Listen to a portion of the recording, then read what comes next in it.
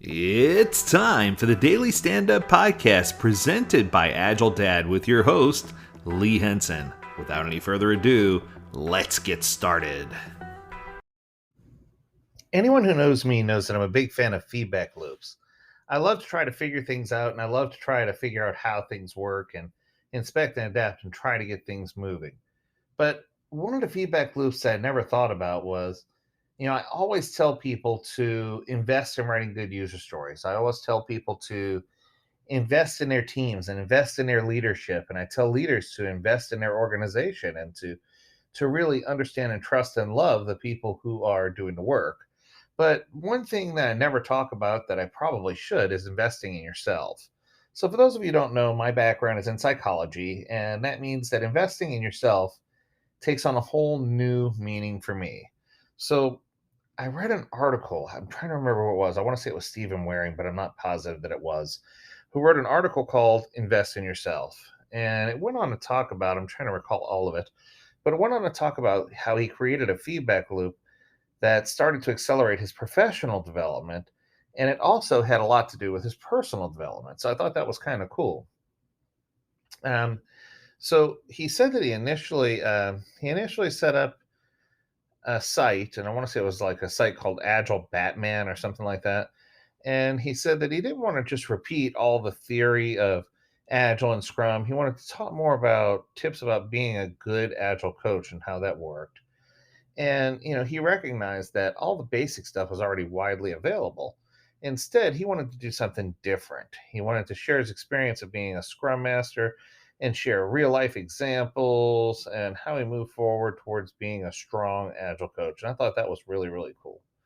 So, with that being the case, um, he put some facts together, some little tidbits together, and he says this. He says he wanted to share what he does and why, so that others can join him on a journey, so that they can learn how we can all improve together.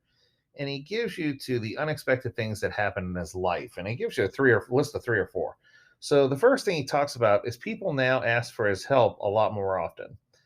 I'm hugely motivated by seeing others succeed, and that makes me very happy. I love that attitude. We should all find ways to be motivated by others' happiness. Number two, when people do ask for help, I've often already written about it. I can therefore direct them to an article first, and then have a better discussion with them afterwards. This saves me significant time by not having to repeat the same information over and over, and it helps them have information, and then the feedback they give me can help me generate new ideas. This is awesome because I do the same thing. I find myself telling people, hey, I have a podcast on that. Why don't you go listen to this podcast episode first or read this article first, and then come back with any questions you have so we can have a deeper, more meaningful conversation. And let me tell you, at first, people get put off by it.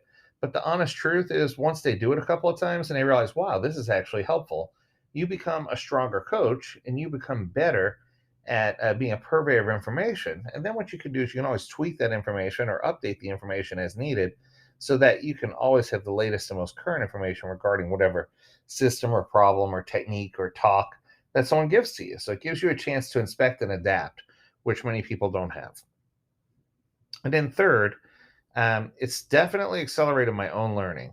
Sometimes when you put yourself in a position where you're helping others, it gives you the opportunity to learn because it's one of those things where you need to take a small amount out of your energy every single day and invest it back in yourself.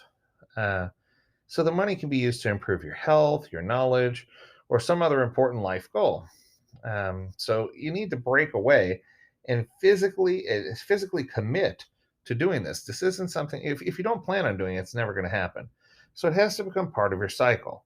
So let's just say hypothetically, you make a salary, and then part of that salary you set aside to invest in yourself.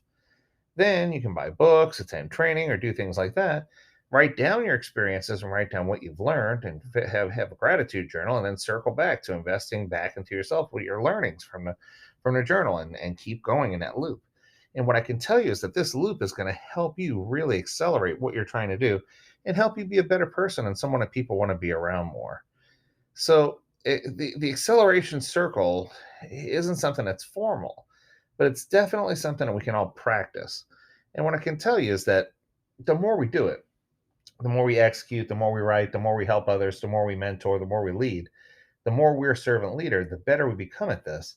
And the better we become at this, the easier it is for us to uplift and mentor others and be a strong coach and to do the things we need to do in order to have success with Agile. So that's going to do it. I hope that you appreciate this episode. If you have a topic you'd like for us to cover, make sure you reach out to us, learn more at agiledad.com. We'd love to learn more about your topic. As always, we encourage you to stay healthy, stay well, and stay agile, my friends. Until next time, do take care.